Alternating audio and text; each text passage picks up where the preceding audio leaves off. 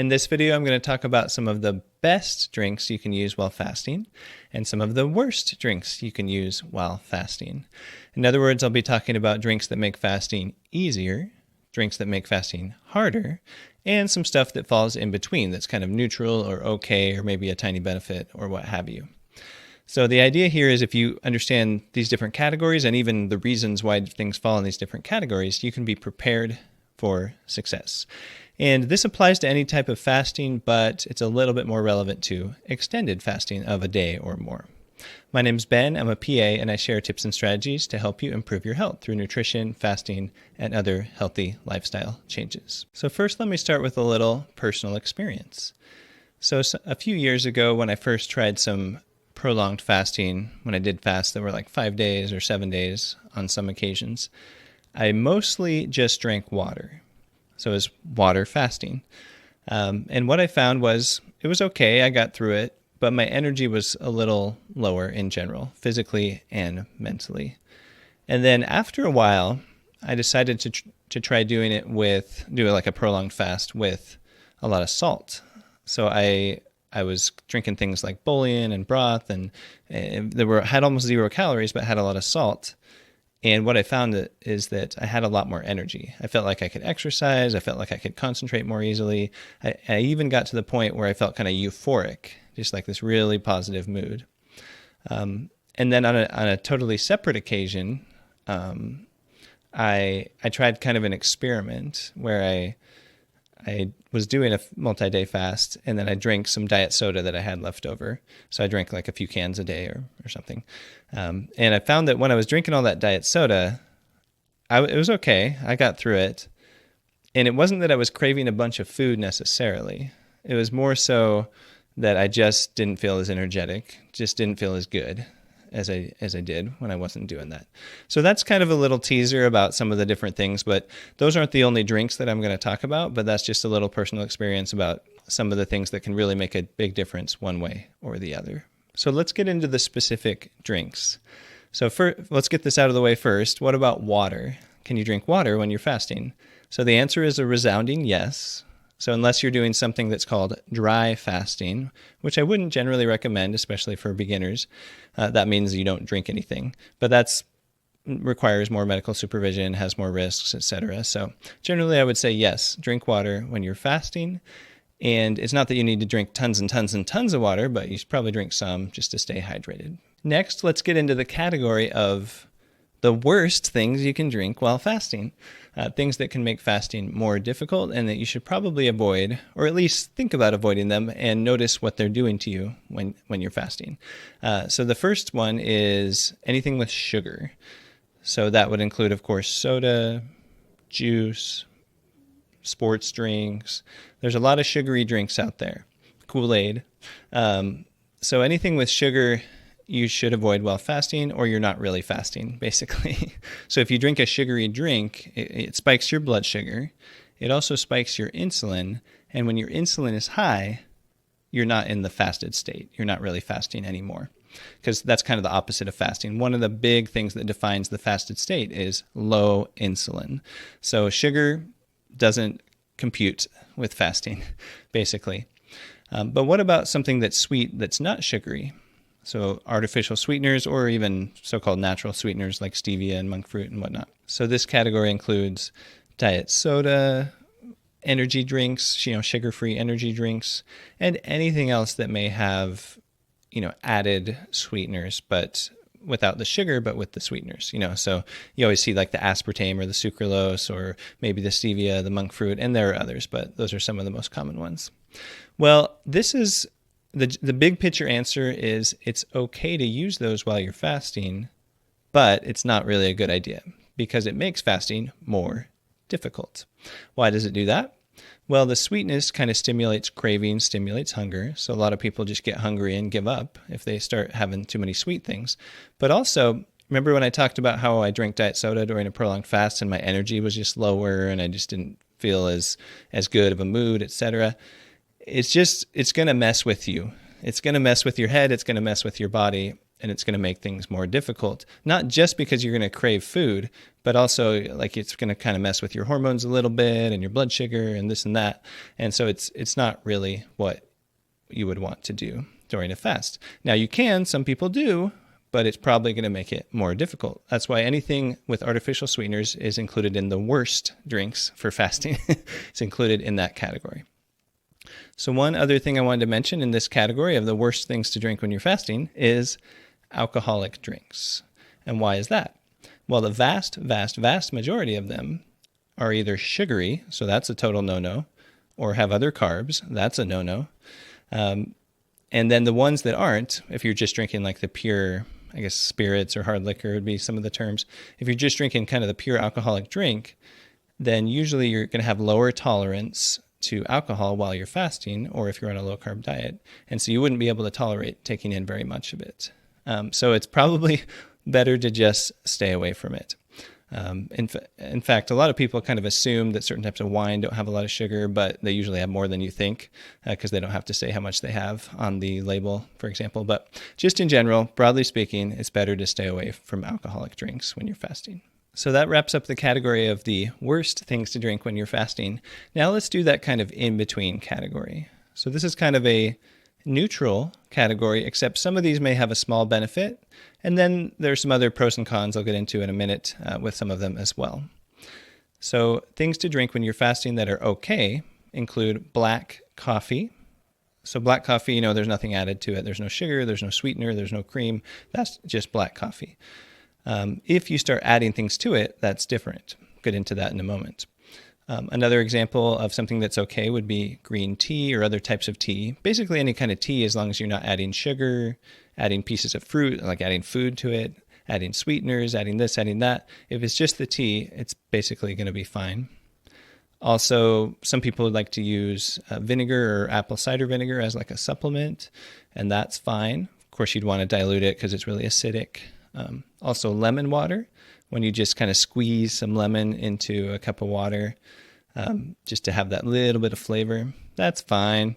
It's not a big deal. It could occasionally have the pitfalls like I talked about earlier with the sweeteners and stuff, just because it has a little bit of flavor and it might make you, feel like eating food or whatever. So always be aware of your individual response, but mostly it's not a big deal and that's going to be fine. Another one would be seltzer water. So in other words, soda water or carbonated water. And that's mostly fine. Most people do fine with that.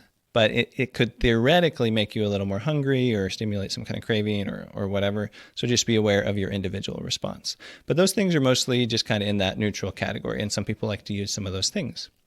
Now, what if you take your coffee or your tea and you add a bunch of fat to it and you call it bulletproof coffee or keto coffee?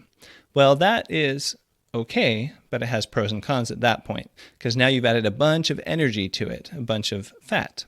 And so you can still kind of stay in the fasted state with that, but you have a bunch of energy coming in, so you won't have to burn as much of your own body fat. So it has kind of that drawback. Basically just pros and cons. But it's okay to use things like that when especially if you're a beginner. You can just call them training wheels, because you're just kind of learning the ropes, and then you may not need to use them in the future, or may not need to always use them in the future, at least. Okay, so that was the neutral category. Of course, I'm sure there are other things that could fall into that category, but I'm just covering some of the more common examples. Now let's get into a category of things that make fasting easier. What can you drink that makes fasting easier? And as I said at the beginning, this is kind of more relevant to prolonged multi-day fasting, but things that make it easier is mainly salty drinks. Salt, and more salt. And that's because when you're on a prolonged fast, your insulin gets very low, which is great, but that also means that you're going to be kind of urinating out a little bit more water and salt than what you're accustomed to. So whatever your current blood pressure tends to be, it's probably going to be a little lower when you start doing that. And so you might feel a little dizzy, a little lightheaded, a little whatever, and that's where the salt comes in. Because salt is the main electrolyte in your blood. In other words, the sodium, salt, I'm using synonymously because sodium is the main electrolyte, sodium chloride is salt. So anyway, so sodium is the main electrolyte in your blood, and it's the one that kind of maintains your blood pressure. So if there's a big change in the salt level, then you might feel some of those symptoms. So getting some extra salt helps. For most people, if you have like functioning kidneys and you're not in heart failure and stuff like that, then it'd be like a few grams a day of extra sodium during a prolonged fast would kind of make sense for most people. Of course, consult with your doctor if you have any issues or any questions or any concerns. And always, you should always have your own medical guidance when you're doing something new like prolonged fasting. But that would be kind of a general rule of thumb. Now, how can you get this extra salt? What kind of salty drinks am I talking about? Well, I'm talking about things like bouillon. If you take a bouillon cube and dissolve it in water, or some other kind of powder bouillon. I'm talking about certain types of broth. And soy sauce is another really good one. So basically any of these things, like one serving of those things would have somewhere between like 600 and 1,000 milligrams, or in other words, almost 1 gram, which is 1,000 milligrams of sodium. And if you pick the right one, very few calories, maybe 5, maybe 10 calories, and very little in the way of carbohydrates or sugar or anything like that. Not more than maybe about 1 gram of carbs. So the energy and the carbs is pretty much negligible, but then you get a whole bunch of extra salts. So that's why it can work really well. And so I've done this with prolonged fasting. I've done it where as I mentioned early on, where I will consume some of those salty things like the bouillon, the broth, etc. And I've found it makes the fasting experience much more pleasant, and I have a much higher energy level. I have exercise tolerance. I can keep exercising even during a prolonged fast to kind of help maintain my strength and muscle, and that I feel really focused, really energetic, and even euphoric.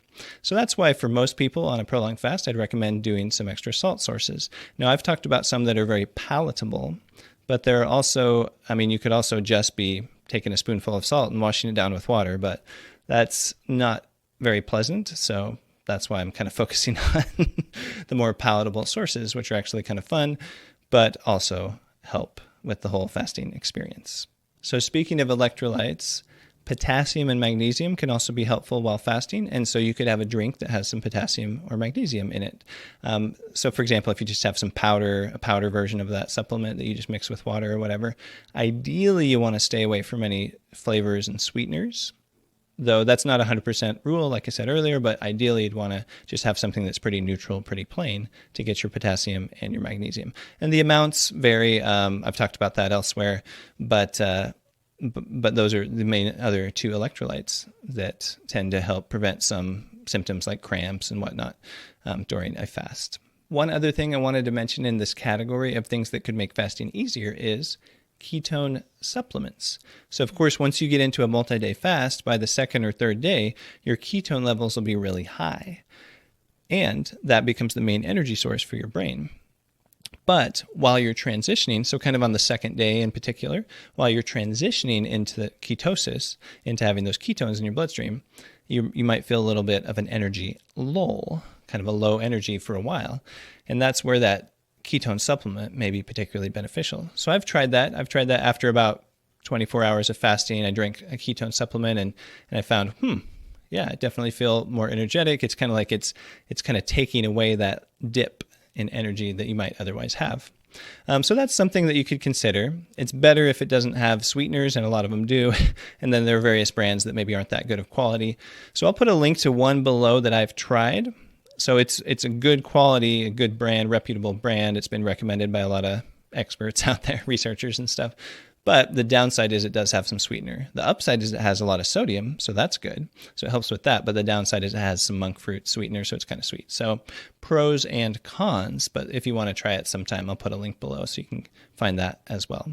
So what if there's something else you want to try drinking during a fast? How can you know if it's okay to use?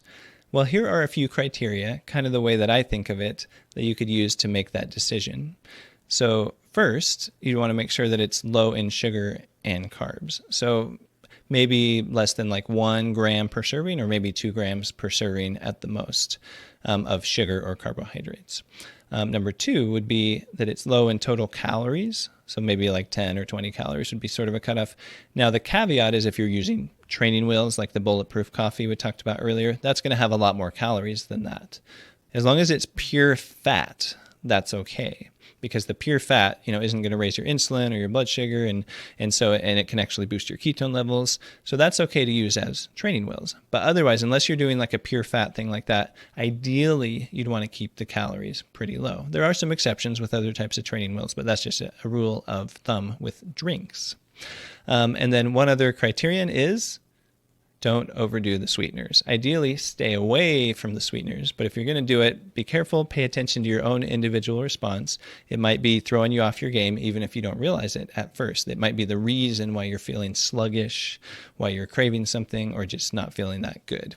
So always kind of keep that in mind. So if you're looking for some other beginner fasting tips, I've got a whole bunch on my podcast. It kind of walks you through the whole process from the very beginning, and I'll put links to that below, along with some other resources, including the ones that I've mentioned.